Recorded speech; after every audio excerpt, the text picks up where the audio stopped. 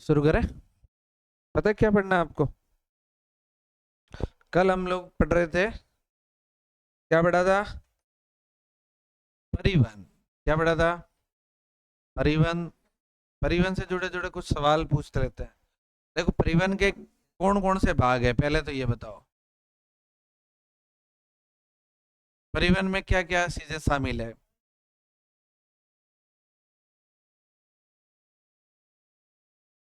रक्त वाहिनियां।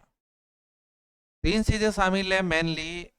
एक तो हृदय है, एक रक्त वाहिनियां है, और रक्त है, एक लस्सी का भी शामिल होता है। लेकिन मेनली कितनी है? तीन। लस्सी का थोड़ा बहुत परिवहन करने में सहायता करती है। लेकिन ये बात हमने करी थी मानव की या जीवों की। मेनली बात ये हो रही थी। हमने ये भी कहा था कि हृदय है वो मेनली खून को पंप करता है। और हृदय हृदय जो है, चार कक्ष होते हैं, लेकिन कई कई जीवों में, जैसे परिसरप है या याउबेसर जो है, उनमें दो होते हैं। स्तनधारी स्तनधारी जो जीव होते हैं उनमें चार होते हैं। मछलियों में दो होते हैं। दो कक्ष होते हैं, राइट। जितने ज्यादा कक्ष है उतना शुद्ध खून प्रवाहित होता है। उतना कैसा खून प्रवाहित होता है? शुद्ध।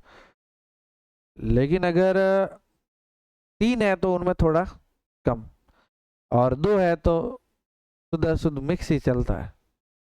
तो उसमें श्वसन, मतलब लो क्वालिटी के जो जीव होते हैं उनमें। हृदय की धड़कन है कितनी है? 72 पर मिनट। एक मिनट में 72 बार। लेकिन जो बच्चे होते हैं, बच्चों में ज्यादा बार। भ्रूण होता है, भ्रूण में और ज्यादा।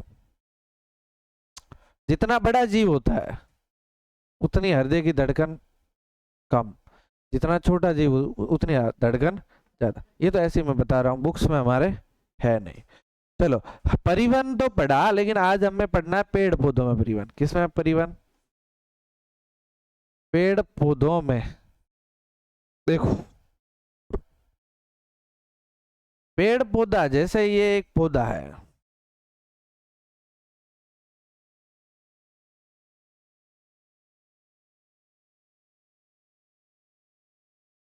ये वो एक पेड़ है, और इस पेड़ में किन किन चीजों का परिवहन मेनली होना है?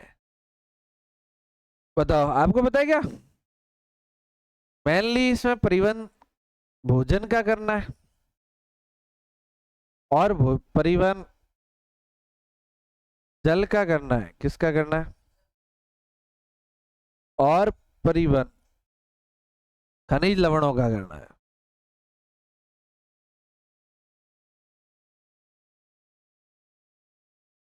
अच्छा, आपको एक बात पता है, जल पौधा जो है वो कहाँ से लेता है? जमीन से, जड़ से, जड़ों के द्वारा आता है। जड़ों से पानी आएगा तो पानी जाना चाहिए कहाँ? ऊपर। प्रत्येक कोशिका के पास फिरता फिरता जाना चाहिए कि नहीं जाना चाहिए? राइट। कैसे होता है देखिए, ये यहां से, पहली बात तो जल के कैसा सिस्टम है कि जड़ के अंदर पानी की सांद्रता है कम, राइट। और इस जमीन के अंदर पानी की सांद्रता है, तो सांद्रता का अंतर आता है। तो आपको इस बात का पता है कि अधिक सांद्रता से निम्न सांद्रता की ओर कोई भी पदार्थ गति करता है। तो बताओ, यहाँ से ये ऊपर चढ़ने लगेगा? नहीं। जैसे ऊपर इस जड़ के अंदर जाएगा तो एक बल लगने लगेगा, और वो बल इसको खींचता खींचता खींचता खींचता ऊपर लेके जाएगा। समझे ना? जल उच्च सांद्रता से निम्न सांद्रता के कारण जड़ में गया। कहाँ गया? जड़ से एक बल उत्पन्न हो जाता है। जैसे आप लोगों को एक बात पता होगी, मैंने शायद बताई भी थी पहले, कि पुराने जमाने में क्या कर, जैसे एक बोतल लेते थे और इसमें केरोसिन भरते थे, और इसमें एक रस्सी या धागा, कुछ रस्सी डाल के यहाँ लगाते थे आग, और यहाँ जलती रहती थी। और खून जो है, खून क्या, सॉरी, केरोसिन। केरोसिन जो है वो इस रस्सी के ऊपर चढ़ता रहता था, राइट। तो अब देखो, ये देखो, जबकि कोई वस्तु आनी तो नीचे चाहिए, पानी हो या तेल हो नीचे आता, लेकिन ये कैसे जा रहा है, ऊपर। तो ये किसके कारण जा रहा है आपको पता है, किसके कारण? यहाँ पर ये जो धागा होता है, धागा बहुत पतला होता है, राइट। और उसे हम केशिका कहते हैं, क्या कहते हैं, केशिका। और कहीं पढ़ा आपने? हाँ, बिल्कुल, रक्त धमनी। धमनी आगे किसमें, धमनी कहाँ से डिवाइड हो जाती है, केशिका। क्या हो जाती है, किस, पतली पतली नलियां होती, बहुत धागे से पतली। और इनमें इनमें क्या जाता है, यहाँ केशिका में एक बल लग जाता है, केशिकात्व। कैसा लगता है,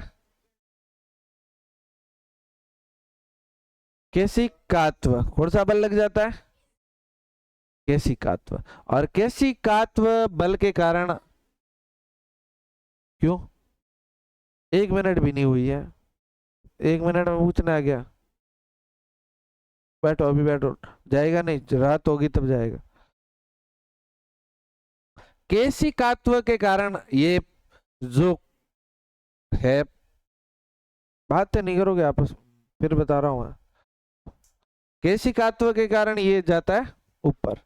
और तो इसी तरह से यहाँ पर भी बल लग जाता है केशिकात्व, जिसके कारण पानी ऊपर चढ़ने लगता है। और पानी जब ऊपर चढ़ता है तो साथ में क्या चढ़ जाता है, खनिज लवण।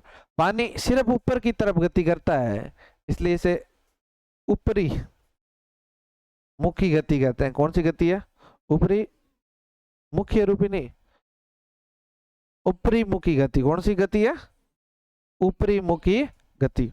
जबकि जबकि ये तो गति होगी इसकी, और इसमें जो सहायता करता है वो कौन करता है, एक एंजाइम है, जाइलम। जबकि भोजन है, भोजन बनता कहां पर है, पति। तो पति के पास से भोजन कहाँ लेके जाना है, इस जड़ को भी भोजन चाहिए, इधर भी चाहिए, हर जगह भोजन चाहिए।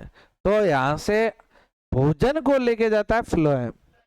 कौन सा उत्तक लेके जाता, हमारे इस पादपों में एक तो जाइलम होता है और एक होता है फ्लोएम, जाइलम और फ्लोएम। और ये जाइलम और फ्लोएम फ्लोएम दोनों सेवन उत्तक होता है। सेवन उत्तक का अर्थ ये है कि ये परिवहन का काम करता है। जैसे जाइलम किसका परिवहन करता है, जल का और खनिज लवणों का। जबकि भोजन का परिवहन कौन करता है, फ्लोएम। अब ये फ्लोएम पत्ती से भोजन लेता है, और फ्लोएम फ्लोएम जब भोजन को लेके जाता है तो इसमें ऊर्जा खर्च होती है, ऊर्जा लगाई जाती है।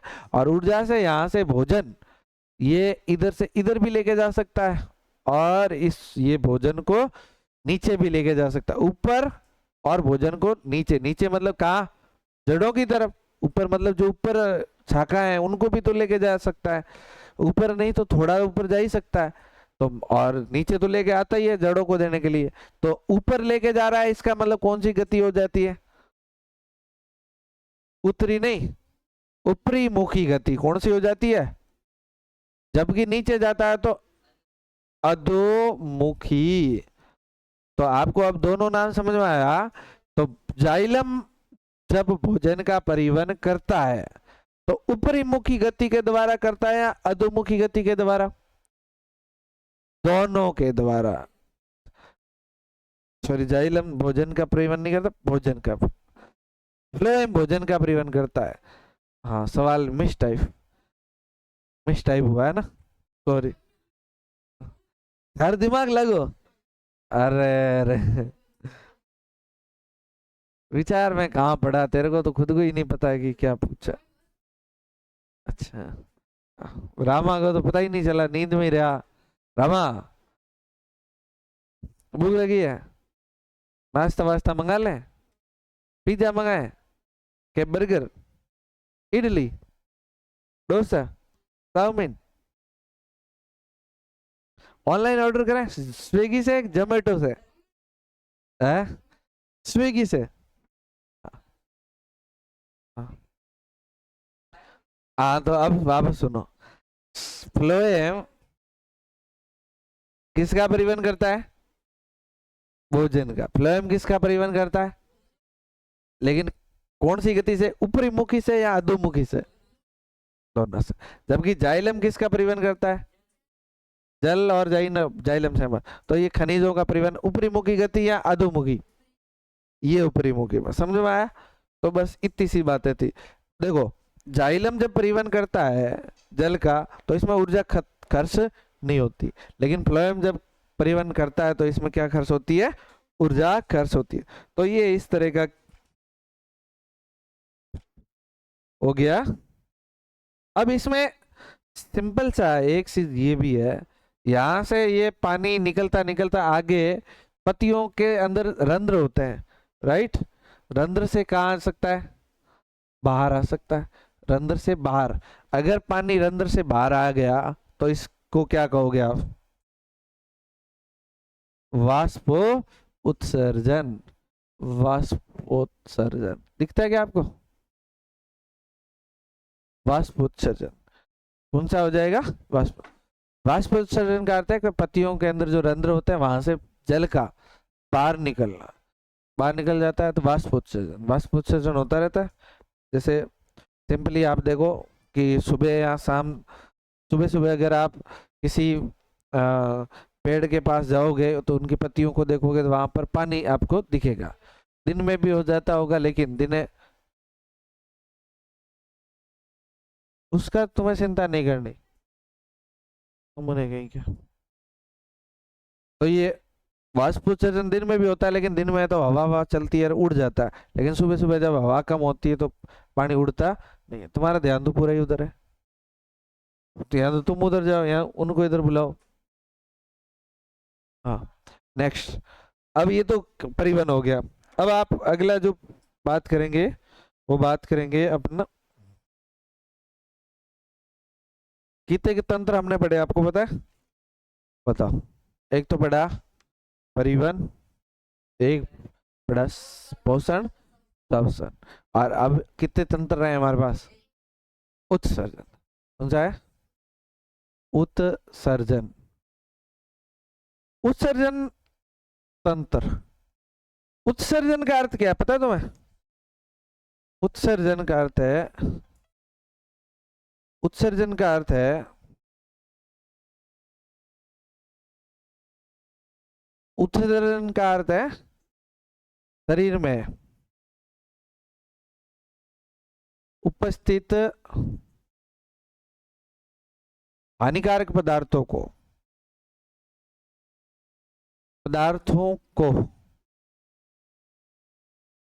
शरीर से बाहर निकालना। शरीर से बाहर निकालना क्या कहलाएगा? उत्सर्जन। जैसे एक तो एनजीओ वाला ने खा दिया। हेलो,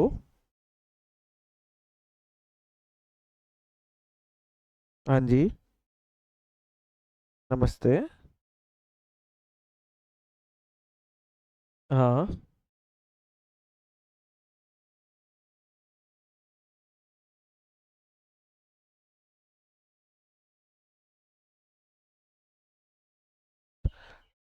चलो यहाँ से देखो आप, शरीर में उपस्थित जो हानिकारक पदार्थ है उन हानिकारक पदार्थों को अपन शरीर से बाहर निकालेंगे तो अपने क्या कहलाएगा? सुन लो।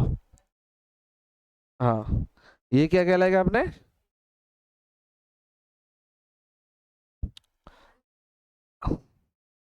उत्सर्जन कहलाएगा। शरीर में जितने भी अपशिष्ट पदार्थ हैं या हानिकारक पदार्थ, हानिकारक जो पदार्थ है शरीर में उपस्थित हानिकारक पदार्थ, ये क्या कहलाते हैं? अपशिष्ट पदार्थ। क्या कहलाते हैं? और इनको शरीर से बाहर निकालना, अपशिष्ट पदार्थों को शरीर से बाहर निकालना क्या कहलाएगा? उत्सर्जन। जैसे क्या क्या हानिकारक पदार्थ है जो हमारे शरीर में काम के नहीं है, वो सब शामिल है इसमें। अलग अलग तरीके होते हैं। जैसे CO2। CO2 हमारे शरीर में हानिकारक है, कोई काम का नहीं है। यूरिया, भोजन भी होता है, अपशिष्ट भोजन भी होता है। अपशिष्ट भोजन भी होता है कि नहीं है? या कई तरह के और अन्य पदार्थ, इन सबको शरीर से क्या निकालना पड़ेगा? बाहर। देखो आपको पता है CO2 को तो अपन कहाँ से निकाल देते हैं? मतलब फेफड़ों से श्वसन के दौरान निकाल देते हैं। किसके दौरान निकाल देते हैं? जबकि अपशिष्ट भोजन है उसको पोषण के दौरान निकाल देते हैं, राइट। पोषण में ये शामिल होता है, जो अपशिष्ट भोजन है उसको गुदा द्वारा बाहर निकाल दिया जाता है। फिर है यूरिया। यूरिया या यूरिक अम्ल ऐसे जीवों में कुछ पाए जाते हैं जो हमारे शरीर में नुकसान पैदा करते हैं, उनको शरीर से बाहर निकाला जाए अन्य पदार्थों को, तो वो भी एक तरीका है।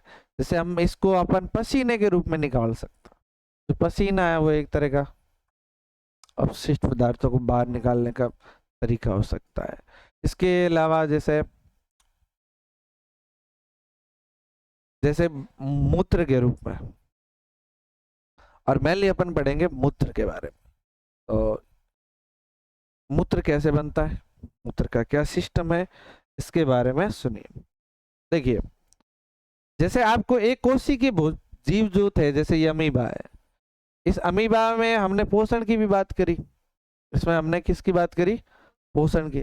तो पोषण जिस तरह से अमीबा में पोषण होता है, सेम सेम उत्सर्जन भी हो जाता है। जैसे यहाँ पर मान लो कोई अपशिष्ट पदार्थ है, उसको ये क्या करेगा, अपनी ये सतह में सेंस करेगा और इसको बाहर कर देगा।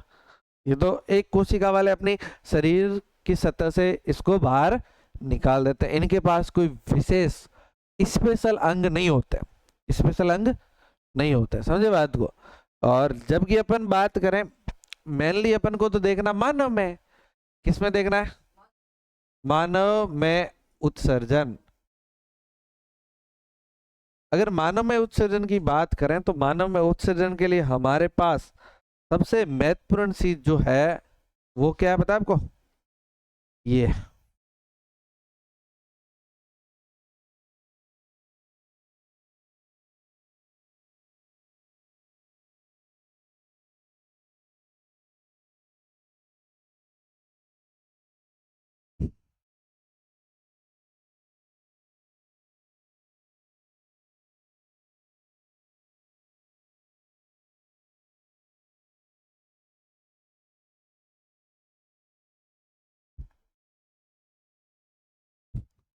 ये सिंपल सा डायग्राम है आपका, हमने यूं रफली बना दिया।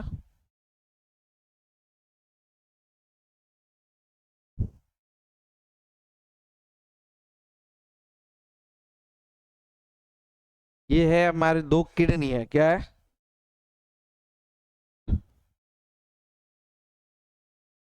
किडनी। किडनी का हिंदी क्या है? वृक्क। वृक्क नहीं, वृक्क। और ऐसे भी लिखा जा सकता है किडनी। हाँ, हाँ लिखते हैं ऐसे। हमने तो नहीं देखा कभी। किडनी, किडनी के अंदर होते हैं, किडनी में खून बनता है, खून क्या, खून साफ होता है, किडनी में खून साफ होता है और यहाँ से मूत्र बनता है। क्या बनता है? मूत्र। मतलब जो पानी है, पानी के साथ बहुत सारा अपशिष्ट पदार्थ आ जाए, यूरिया वगैरह जो अनावश्यक पदार्थ है, वो क्या कहलाएगा? मूत्र। पानी है, यहां से आ गया, बोलो इसके अंदर ये है मूत्र वाहिनी। इसी तरह से यहां से आया तो इसका नाम क्या, बोलो? मूत्र। तो बताओ तुम्हारे पास मूत्र वाहिनी कितनी हुई? दो। कितनी? तो एक इधर वाली, इधर। यहां से मूत्र सीधा सीधा ये इसमें जाएगा, और ये थैली नुमा संरचना है जिसे कहते हैं मूत्राशय। क्या कहलाता है? है ना, मूत्राशय। ये क्या कहलाता है? मूत्राशय। क्या कहलाता है? मूत्राशय। अब मूत्राशय में जैसे जैसे मूत्र बनता है वैसे वैसे स्टोर होता रहता है, किसमें? मूत्राशय में। और जैसे ही मूत्राशय भरता है तो इसकी ये यहाँ पर ऐसिक पेशियां लगी होती है। कौन सी पेशियां? ऐसिक पेशियों का अर्थ क्या होता है? जो पेशियां हमारे दिमाग में कंट्रोल हो सकती है, दिमाग से कंट्रोल होती है कि हमारी इच्छा से होती है वो। तो यहाँ से सूचना भेजी जाती है किसके पास? दिमाग के पास, कि भाई ये जो मूत्राशय है वो भर गया। तो दिमाग एक्शन लेता है कि क्या करना है। तो आप जैसे ही मान लो यहाँ बैठे हो और आपको, आपके दिमाग को सूचना जाए कि मूत्राशय भरा, तो आपके दिमाग के पास आएगी, तो आप सोचोगे कि हमें बाहर जाना है। या आप घर बैठे हैं तो आपको दिमाग को सूचना लगेगी, तो दिमाग आपके पैरों को ऑर्डर देगा कि तुम चल के बाहर जाओ। वहां से आप बाहर जाएंगे, फिर अपनी इच्छा से यहाँ पर जो पेशी होती है, यहाँ से ये पेशी खुलती है, और जहाँ से ये आगे मूत्र नली होती है। आगे कौन सी नली होती है? मूत्र नली। उस मूत्र नली से शरीर के बाहर मूत्र त्याग दिया जाता है। मूत्र या पेशाब या यूरिन कह सकते हैं इसको। क्या कह सकते हैं? यूरिन। तो ये इस तरह का सिस्टम है काय का? यूरिन। लेकिन ये महत्वपूर्ण नहीं था। महत्वपूर्ण मूत्र बनता कैसे, दैट इज इंपॉर्टेंट। मूत्र बनता कैसे है, तो सुनो, सुनिएगा मूत्र कैसे बनता है। तो इसके अंदर, इस किडनी की सबसे छोटी इकाई होती है वृक्काणु। कौन होती है? वृक्काणु। वृक्काणु, या इसको कहते हैं, बोलो क्या? नेफ्रॉन। तो हमें पता है नेफ्रॉन जो है किडनी की सबसे छोटी क्रियात्मक इकाई है। सबसे छोटी कौन सी इकाई है? एक किडनी में 10 लाख से ज्यादा नेफ्रॉन होते हैं, 10 लाख से। और नेफ्रॉन में ही क्या बनता है? मूत्र। खून पूरा साफ होता है। अच्छा, आपको एक बात पता है, तो खून होता है, खून, सवाल पूछे, खून को शुद्ध कहाँ किया जाता है? तो किडनी में क्या होता है? हाँ, उनको शुद्ध कहाँ करते हैं? शुद्ध अशुद्ध जाता है फिर वहां। लेकिन यहाँ पर गंदा खून आता है, उसको साफ। आपको पता है क्या कि जैसे जो खून है, खून हर कोशिका के पास जाता है। कोशिका का अपना जितना भी अपशिष्ट है वो किसको देते हैं? खून को। और खून लेके आता है, घूमता रहता है, लेके सीधा आता है किडनी के पास। कहाँ आता है? किडनी के पास। और किडनी उसको क्या करती है? साफ। तो इसके बारे में अपन को दोनों ये चीजें पढ़नी पड़ेगी। वृक्काणु पढ़ना पड़ेगा। क्या पढ़ना पड़ेगा? वृक्काणु। क्या पढ़ना पड़ेगा? चलो एक बात ये भी देख लो आप जाते जाते। अच्छा ये देखो, ये क्या है? सुनो, आपको यहाँ पर एक नाम लिखा दिख रहा होगा। अरे यहाँ नाम था ना, वाटर। क्या है? वाटर। ये वाटर है, ये जो जड़ है, तना है, उसमें से ये वाटर के कण दिख रहे हैं आपको? हाइड्रोजन और ये ऑक्सीजन मिला हुआ एक वाटर का कण है। ये इसको, इसकी गति है, समझे बात को आप? ये इसके अंदर ऐसे ऐसे चढ़ते हैं, चढ़ते दिख रहे हैं आपको? हाँ, इससे भोजन के, ये कहाँ भाग रहा है? और ये इस तरह से, इस साइड में, इस साइड में क्या है? सुक्रोज। क्या है? सुक्रोज का अर्थ, सुक्रोज लिखा हुआ है, लिखा था। ये सुक्रोज का अर्थ होता है, जैसे आप लोगों ने ग्लूकोज सुना है, ग्लूकोज या सुक्रोज, गैलेक्टोज, ये शर्करा होती है। यहाँ अपन कह सकते हैं कार्बोहाइड्रेट। कार्बोहाइड्रेट का अर्थ सिंपली हम किससे मानते हैं? भोजन से। किससे मानते हैं? तो इसका अर्थ है ये भोजन है। ये क्या है? इधर वाला वर्ड। तो इसका अर्थ आप ये बात बताओ मेरे को, ये हमने जो पहले टॉपिक पढ़ा था ना उसके बारे में। तो ये वाला जो भाग है, इसमें किसका प्रवाह हो रहा है?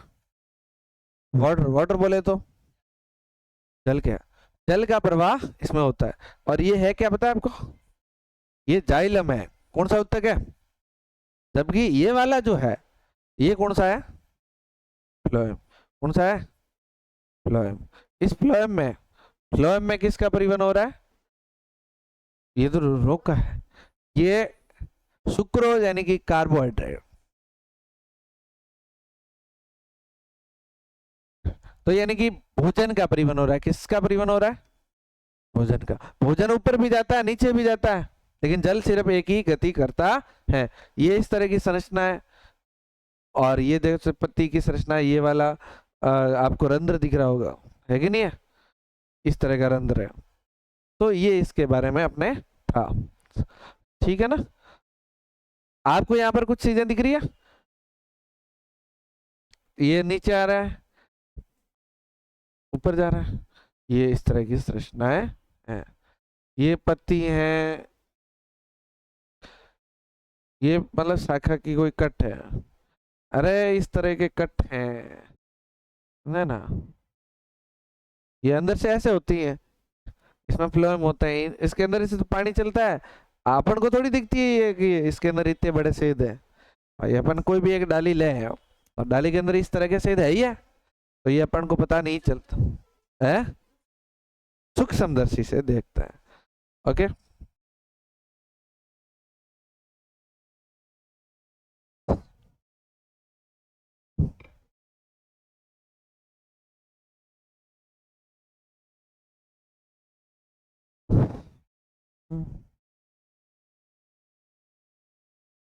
स्टोमेटा होते हैं।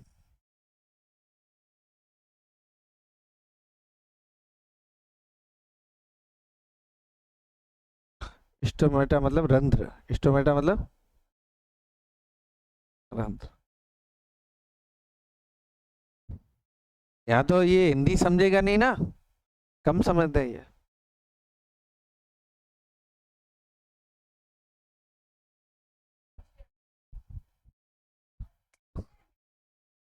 तो ये सारे टेक्निकल नाम तो हमें आती हैं।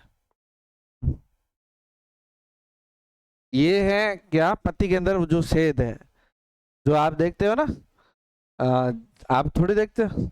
अपन को यहाँ से ही इसी में से क्या निकलती है, CO2 या O2 निकलना है या पानी निकलना है, ये सब इसी में से होता है ना? तो ये इसमें क्या क्या है सुनो आप, ध्यान से सुनना आप। आपने जो बुक में फोटो दिया हुआ है ना, जैसे आप देखो, ये एक इस तरह की कोशिका है और एक यहाँ पर इस तरह की कोशिका, इसे हम क्या कहते हैं? द्वार कोशिका। क्या कहते हैं, याद है क्या आपको? इसको गार्ड सेल अंग्रेजी में क्या कहते हैं? गार्ड सेल का अर्थ द्वार कोशिका। गार्ड सेल का अर्थ क्या है? द्वार कोशिका। इस तरह की संरचना है। और बाद में ये ऐसे, ये बाहर पास वाली सेल है, ये ऐसे,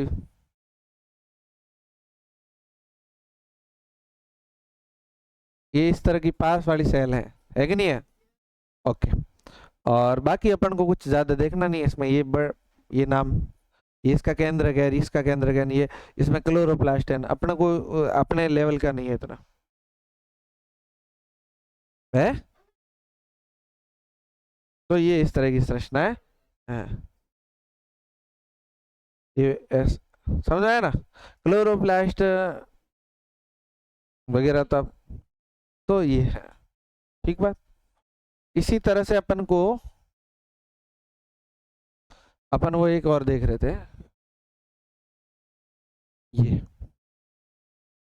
ये है हमारी क्या, किडनियां। ये तो क्या है, किडनी, वृक्क। ये दिख रही है किडनी, ये एकदम आदमी का ही फोटो है पूरा।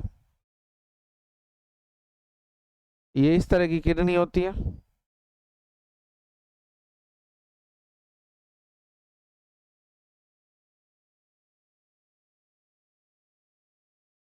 क्या कटे?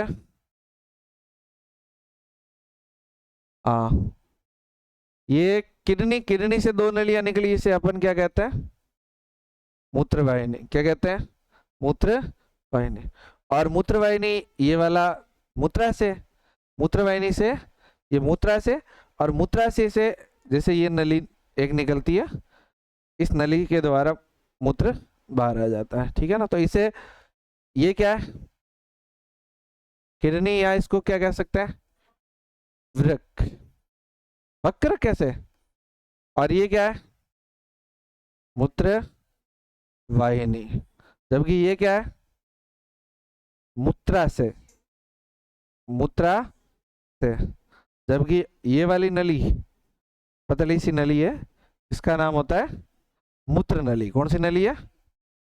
मूत्र नली। और ये मूत्र नली के द्वारा मूत्र जो है वो बाहर छोड़ दिया जाता है। समझ में आई बात है? चलो, अपन को ये ही, अपन को क्या देखना पता है आपको? क्या देखना था?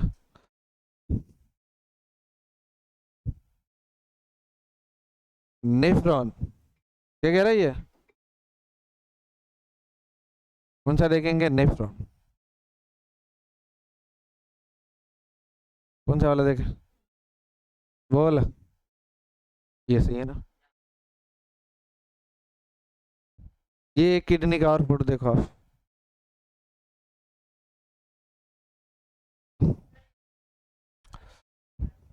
पहली बार, पहले कौन सा किडनी हम तो काम कर रहा था, स्पेशलिस्ट है, जिंदगी में पहली बार किडनी देखी है। चलो, पहली बार देखी है। हाँ,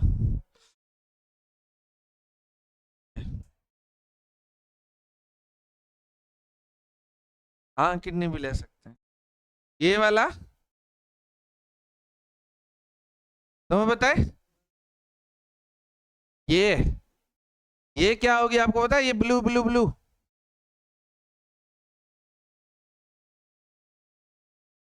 अशुद्ध खून चलता है, इसलिए ये क्या है? और ये क्या है?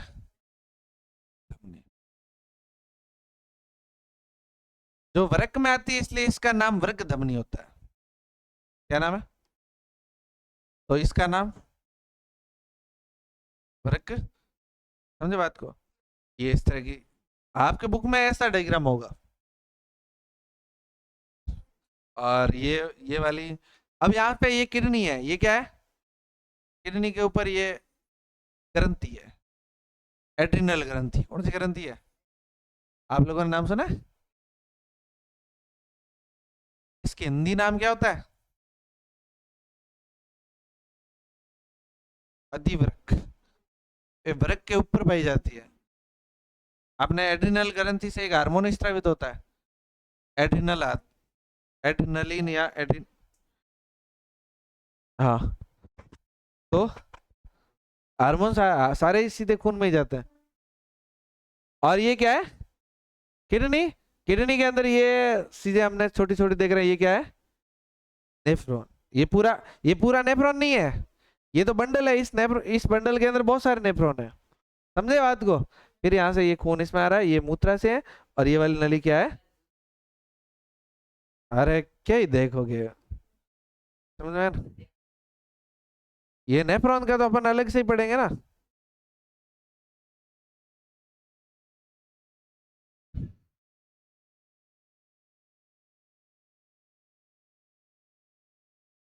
ये लो बेटे, जूम करो। वो शौक से पढ़ते थे तुम, कोई मास्टर डायग्राम भी नहीं बनाता।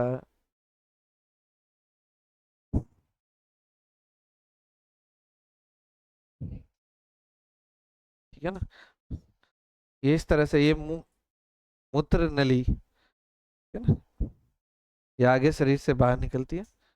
और ये इस तरह की संरचनाएं हमें दिख गई। मुझे बात को,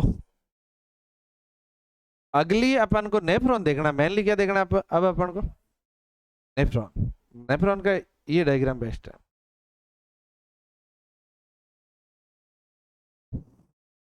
अरे तो नेफ्रॉन के अंदर ही बॉमन संपुट होता है।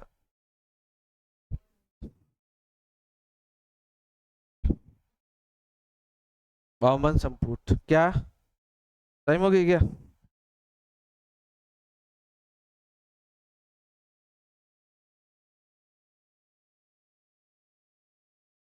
धीरे कैसे हो रहा है?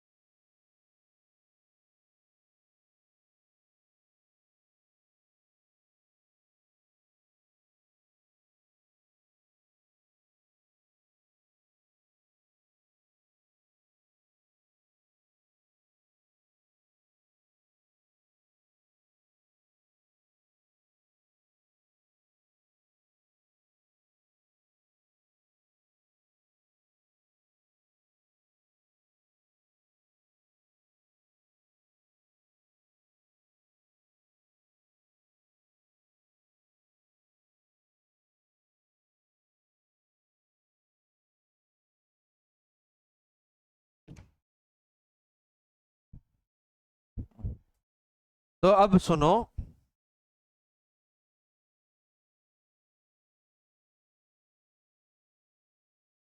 ये तो हमारा क्या है बोलो, नेफ्रॉन। क्या है? नेफ्रॉन, या इसको कहते हैं वर्काणु। ये जो ये वाली नलियां है, ये पता है क्या है आपको? ये वाली, ये धमनियां है, और ये वाली अंदर, ये वाली तीराओं का जाल है, और इसके अंदर से ये नली निकली है, इसके अंदर से ये नली निकली हुई है। सुनिएगा सिंपली, इतना भी बड़ा मत बन भाई हमारे। ओके, ये देखो, ये वाला वो था ना, उसमें से निकाला इसको, इसका नाम नहीं आ रहा है, ट्रेकिया डिफरेंट, क्या कह रही है? ओके कोई बात नहीं, ट्रेकिया डिफरेंट बाहर हो जा।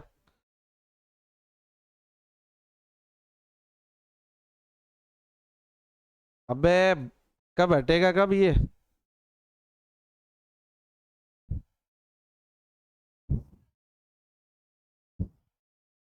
पूरा आएगा?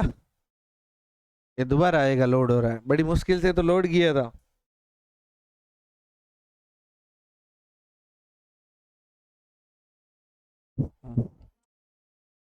बाहर जाएं, फिर पड़ाएगा कौन फिर?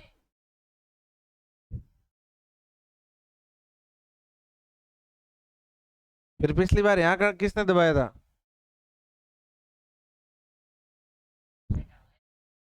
ओके, चलिए सुनिए, देखो, हाँ, अब ये देखो, यहां से बाहर से क्या आ रही है? एक धमनी आ रही है, आ रही है, ये खून लेके आ रही है, ये क्या कर रही है? इसका नाम क्या होगा? धमनी। लेकिन किस में आ रही है पता है? किडनी में आ रही है ना, वृक्क में आ रही है, इसलिए इसका नाम वृक्क धमनी। इसका नाम क्या हो गया? वृक्क धमनी। और ये जो है, ये वाला, इसे अपन कह सकते हैं बोमन संपुट। कौन सा संपुट है ये? संपुट। कौन सा है ये संपुट? बौमन संपुट। और बौमन संपुट के अंदर ये जो नलियां है, इनका एक गुस्सा है, इसे केसिका गुस कहते हैं, केसिका। लेकिन इसको एक नाम और देते हैं, ग्लोमेरुलस। ग्लोमेरुलस है ये, क्या है? ग्लोमेरुलस। यहां से ये तो क्या है आपको तीरा है, ये तो ब्लू रंग की तो आपको जो दिख रही है वो क्या है? तीरा। और उसके बाद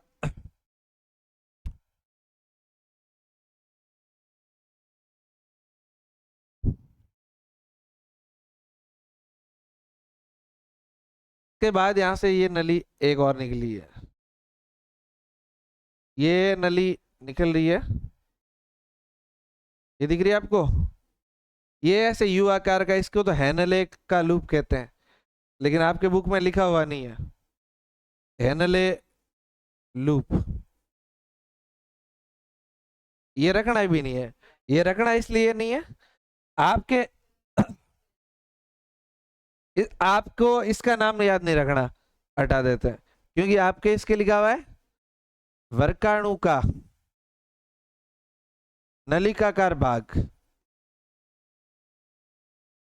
क्या लिखा हुआ है? वर्काणु का नलिकाकार भाग। ये वर्काणु का नलिकाकार भाग है। और फिर ये एक नली दिख रही है ना, ये संग्राहक वाहिनी या संग्राहक नली है। कौन सी नली है ये? संग्राहक नली। अब आप सुनो, हमने कुछ कुछ नाम देखे, एक तो वृक्क धमनी देखी है, एक तो वृक्क धमनी, एक वृक्क शिरा है हमारे पास। एक कौन सी? वृक्क शिरा। एक हमारे पास क्या है? बौमन संपुट। और बौमन संपुट के अंदर क्या है? कोशिका, केशिका गुस या ग्लोमेरुलस। और उसके बाहर से ये नलिकाकार भाग निकल रहा है। वर्काणु का कैसा भाग निकल रहा है? नली नलिकाकार भाग। और ये कहाँ जुड़ता है? संग्राहक नली। इस तरह से देखो, यहां पर भी इसी तरह से एक आ रहा होगा। ये इधर वाला पूरा क्या है?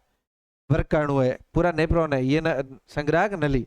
तो इसमें भी एक ऐसा का ऐसा सिस्टम जुड़ता है, इसी तरह से इसमें भी जुड़ता है, इसी तरह से इसमें भी जुड़ता है, इसी तरह से इसमें बहुत सारे लाखों, संग्राहक नली में लाखों नेफ्रॉन जुड़ते हैं, सही है। फिर ये संग्राहक नली आगे सीधी जाती है किसमें, मूत्रवाहिनी में मिलती है। किसमें मिलती है, मूत्रवाहिनी में। और मूत्रवाहिनी आगे सीधा कहाँ जाता है, मूत्राशय के अंदर, और मूत्राशय से मूत्र नलिका से बाहर। अब प्रोसेस क्या है, ये अगर इतना डायग्राम समझ में आया तो इसका आप प्रोसेस समझ लो कैसे होता है। तो ये जो ग्लू, सबसे पहले कोशिका जो वृक्क धमनी है, वृक्क धमनी से खून जो है वो कहाँ आता है, बहुमन संपुट में। कहाँ आता है, बहुमन संपुट में प्रवेश करता है। और इसमें बहुत सारी चीजें होती है, और इसमें जब ये यहाँ आता है, पहली बार हमारे पास आता है, तब इसमें जल होता है। क्या होता है, जल, लवण होते हैं। क्या होते हैं बोलो, लवण होते हैं। इसके अलावा जैसे एमिनो अम्ल होते हैं। क्या होते हैं, एमिनो अम्ल। ये इस तरह के कुछ यही कह सकते हैं कि, और बहुत सारे नाइट्रोजनी पदार्थ कह सकते हैं, नाइट्रोजनी पदार्थ होते हैं, नाइट्रोजन। तो यहाँ से जैसे ये नली जाती है, तो यहाँ से हम क्या करते हैं, ये जो ग्लोमेरुलस है, या ये जो बहुमन संपुट में ग्लोमेरुलस है, ये कोशिकाओं का समूह है, कोशिकाओं का ग्रुप है। ये कोशिकाएं क्या करती, इन खून में से ये सब निकाल देती है, इन सबको क्या करती है, निकालती है और अपने पास रख लेती है। तो इसका क्या करती है, अवशोषण कर देती है। क्या कर देती है, अवशोषण। समझ आई बात। किन किन का, जल का, इसके अलावा बोलो किसका, लवणों का, इसके अलावा किसका, एमिनो अम्लों का, इसके अलावा किसका, नाइट्रोजनी पदार्थों का, इसके अलावा भी जैसे ग्लूकोज वगैरह का भी हो जाता है। जब इनका अवशोषण हो जाता है तो फिर यहाँ से ये कोशिका गुस्से से सन के ये खून तो फिर यहाँ से बाहर चला जाता है, ये धमनी जा रही है ना, खून तो इसको जो जो पदार्थ देने थे वो बाहर दे दिया, इसने अवशोषण हो गया। यहाँ से बहुमन संपुट वगैरह से खून होता होता खून आ जाता है इस नली में। कौन सी नली में, संग्राहक नहीं, सॉरी, संग्राहक तो वहां, नलिकागार भाग है ये। यहाँ से खून, ये जो पानी और क्या इसमें, लवण, एमिनो अम्ल, ग्लूकोज, नाइट्रोजनी पदार्थ, ये यहाँ से आते हैं। अब खून तो यहाँ से वापस आ गया, खून तो यहाँ से, यहाँ पर सिर्फ ये पानी वगैरह ये आ रहा है, मतलब काफी यूरिन बन गया। अब यहाँ से इसमें से बताओ जल काम का है कि नहीं है, जल को यहाँ से वापस लिया जाता है, खून की नलियां भी होती है इसके पास। तो ये यहाँ से जल का वापस अवशोषण होता है। किसका अवशोषण होता है, जल का हो जाएगा, एमिनो अम्लों का हो सकता है, किसका हो जाएगा, अमीनो अम्ल, एमिनो अम्लों का हो जाएगा। इसके अलावा ग्लूकोज का हो जाएगा, किसका हो जाएगा, इनको वापस, पहले तो क्या हुआ, पहले तो खून यहाँ से इनको लेके आया, किडनी के नेफ्रॉन के अंदर आया।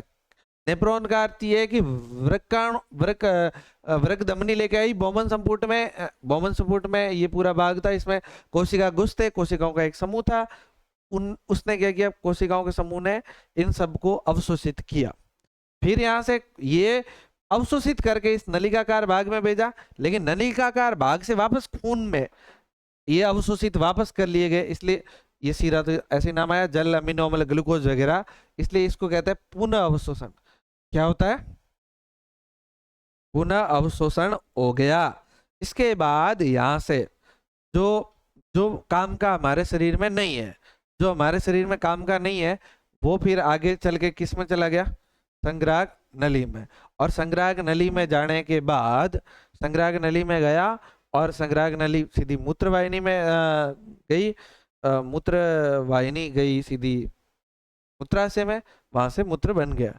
तो इस तरह का ये सिस्टम चल रहा है।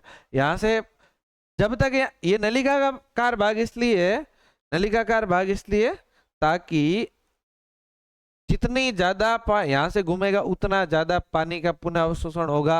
यहाँ जो काम काम की चीजें उनका पुनः अवशोषण हो जाएगा। समझे बात को? तो इस तरह से ये पूरा मूत्र बन जाता है। तो ये सिस्टम था हमारे।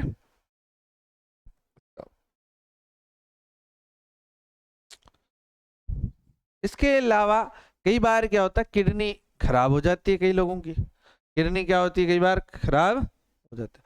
जब किडनी खराब होती है तो उस व्यक्ति को मशीनों के द्वारा खून को साफ किया जाता है, जिसे अफवान कहते हैं। जिसे क्या कहते हैं? अफवान, या इसे डायलिसिस कहते हैं। तो बताओ, एक अपोहन, अपोहन, या इसे क्या कहते हैं? डायलिसिस। कौन सी सिस? डायलिसिस। ये हो गया डायलिसिस। डायलिसिस यहाँ अपोहन, ठीक है ना? तो बताओ, कृत्रिम कृत्रिम वर्गाणु या कृत्रिम विधि से अगर हम नाइट्रोजन या अपशिष्ट पदार्थ है, ये जितने भी अपशिष्ट पदार्थ है उनको शरीर से बाहर निकालें। जिस व्यक्ति की किडनी दोनों खराब हो जाए, एक किडनी खराब हो जाए तो चल जाए, कोई दिक्कत नहीं, लेकिन दोनों किडनी खराब हो जाए तो ऐसी स्थिति में ये समस्या होती है। तो डायलिसिस पे व्यक्ति जिंदा रहता है, और डायलिसिस पे ज्यादा दिन तक जिंदा नहीं रह सकता। 1 या 2 दिन में डायलिसिस करानी पड़ती। खून जब तक साफ नहीं होगा तब तक तो मामला सेट होगा ही नहीं। समझे बात को? है? हाँ, डायलिसिस पर डे का पहले और दूसरे दिन, 1-2 दिन में करानी पड़ेगी। रोज हॉस्पिटल कैसे लेके जाओगे? हमारे पास मशीन भी तो नहीं होती, महंगी मशीन आती करोड़ों रुपयों की। इसके लिए किडनी ट्रांसप्लांट हो सकती है, अगर किसी दूसरे व्यक्ति की किडनी लगा दी जाए तो संभव है। हाँ हाँ, जैसे भाई हमारे प्रत्येक व्यक्ति के 2 होती है, दोनों में से एक किसी को डोनेट किया जा सकता है, किसी के लगा दो। तो ये किडनी डोनेट का भी सिस्टम चलता है। ऐसा भी हो सकता है कोई व्यक्ति मर जाए तो उसकी किडनियाँ किसी और के लगाई जा सकती है, क्योंकि बिल्कुल कोई अंग जो है, अंग हाथों हाथ नहीं मरते हैं। अंग बहुत समय लगता है अंगों, जैसे सबका अपना समय है। कई बार जैसे कोई व्यक्ति की ब्रेन से मृत्यु होती है। ब्रेन मृत्यु 2 प्रकार की होती है। एक तो हार्ट काम करना बंद कर दे तो व्यक्ति मर जाता है, या ब्रेन काम करना बंद कर दे तो मर जाता है। तो अगर ब्रेन से मृत्यु हो जाती है तो हार्ट तो काम करता ही रहता है, तो उसका हार्ट किसी और के लगाया जा सकता है। जबकि आंखें भी लगाई जा सकती किसी के, किडनियां लगाई जा सकती, तो ये लगाए जा सकते हैं और लोग लगाते भी हैं। आजकल लोग बहुत अवेयर हुए, कोई व्यक्ति मर जाता है तो तुरंत प्रभाव से हॉस्पिटल को दे देते हैं।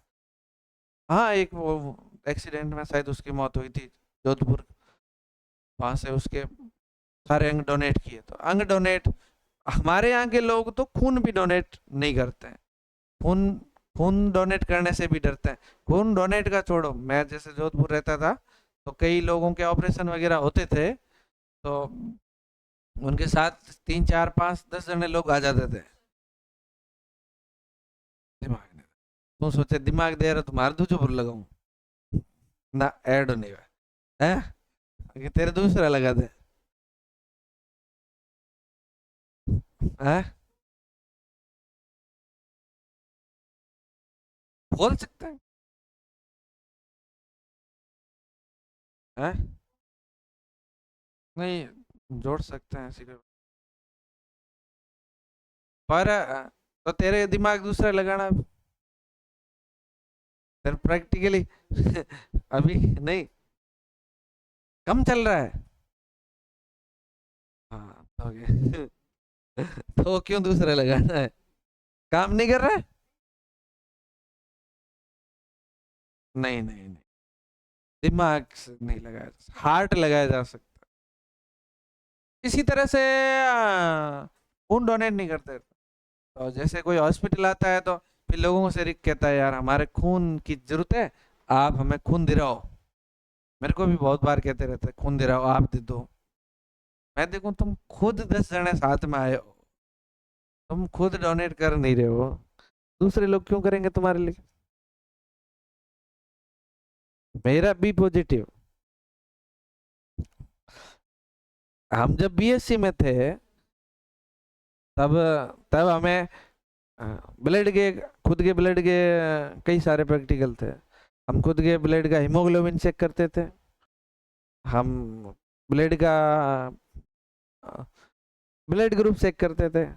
मेरे ब्लड ग्रुप का मैंने ही टेस्ट किया था, एक बार ही किया था, और मैंने ही किया था, पीएससी के दौरान किया था। तो बी पॉजिटिव मेरा ब्लड ग्रुप था, है, था क्या है, बी पॉजिटिव। खून डोनेट किया जा सकता है, खून का कोई दिक्कत नहीं है, जिससे लोगों की जान बच सकती है। ठीक है।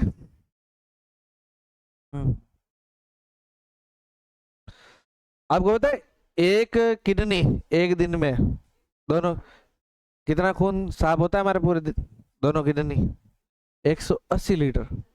अब किसी के सवाल ये भी आता है कि सर 180 तो है ही नहीं, साफ करती है, ये खून वापस गया वहां से घूम फिर के वापस आता है वहां से, ऐसा समझा रामा? कितना खून साफ होता है? तो व्यक्ति के अंदर खून होता कितना है? 4 से 5 6 लीटर तक, 5 लीटर एवरेज मान के चले।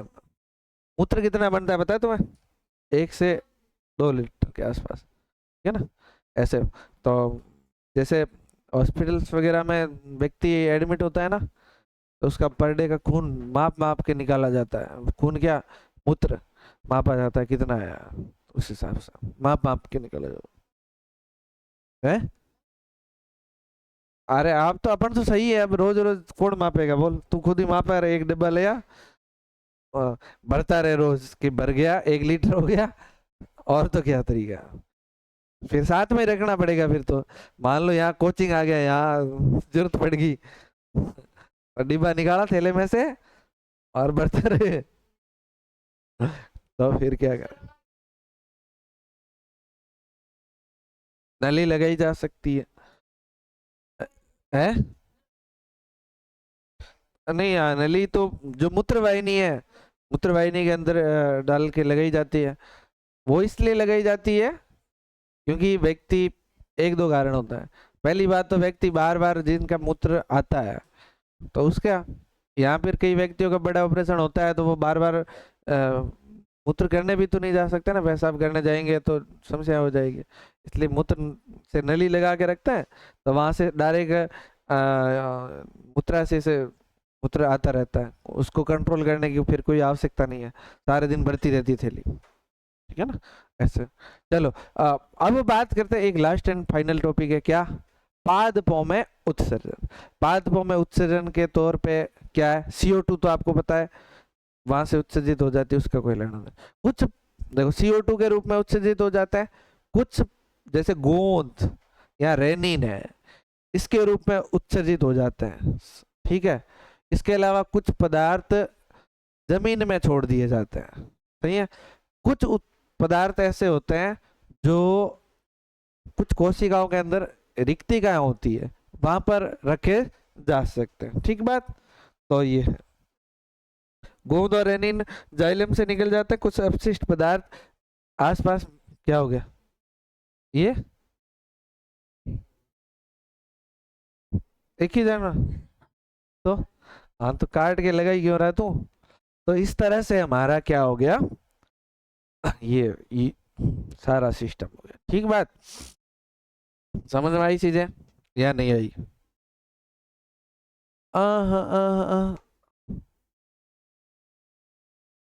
ठीक है, चलिए तो इसको खत्म कर देते क्लास को।